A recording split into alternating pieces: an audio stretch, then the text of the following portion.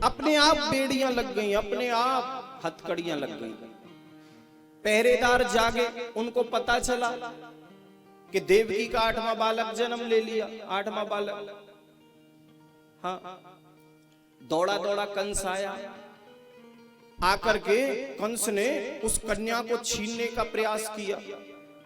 देवकी ने पूरी शक्ति लगाई, जब नहीं छुड़ा पाई, कंस ने कन्या को अपने कब्जे में कर लिया तो हाथ जोड़ लिए देवकी ने, और हाथ जोड़कर कहने लगी कि भैया ये तो कन्या है, इसको मत मारो, इसको छोड़ दो। आपने मेरे 6 पुत्रों को मार डाला, लेकिन मैंने कुछ नहीं कहा। कन्या के लिए मैं आपसे भीख मांगती हूं, आप इसे मत मारो, इसी के सहारे में अपना जीवन गुजार लूंगी। लेकिन कंस माना नहीं और कन्या का पैर पकड़ा और पैर पकड़ करके पृथ्वी पर पटक कर मारना चाहा कंस ने उस कन्या को। जैसे ही पृथ्वी पर पटक कर कन्या को मारना चाहा, वो कन्या अष्टभुजी देवी बन गई और अष्टभुजी देवी बनकर के अनंत आकाश में उड़ने लगी। और आकाश में उड़ते उड़ते आकाशवाणी कर दी कि किम मया हत्या मंदः जातः खलु तवान्त कृत। कि अरे कंस, मेरे जैसे निरपराध बालक को मारने से तुम्हें क्या मिला? तुम्हारा जो शत्रु है उसने तो पहले ही जन्म ले लिया है, वो तो पहले ही जन्म ले चुका है। तुमको मारने वाला तो ब्रज में पैदा हो चुका है। कंस घबरा गया और घबरा करके कहने लगा, बोले नाम तो बताती जा, कहां लिया है,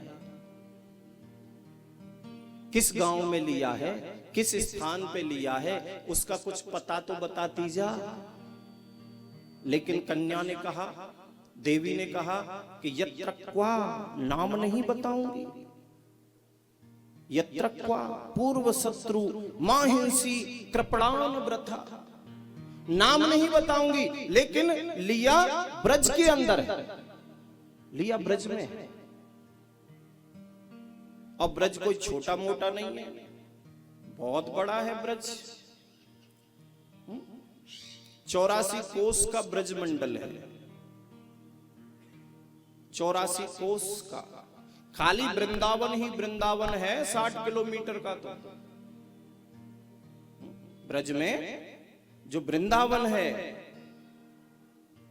भागवत में लिखा है वृंदावन की जो सीमा है वो पूरी जो टोटल उसकी लंबाई चौड़ाई है उसकी है 60 किलोमीटर का एरिया वृंदावन कहलाता है। वृंदावन में ही बरसाना आता है, वृंदावन में ही नंदगांव आता है, वृंदावन में ही गोकुल आता है, गोवर्धन, सब ये वृंदावन में ही आता है।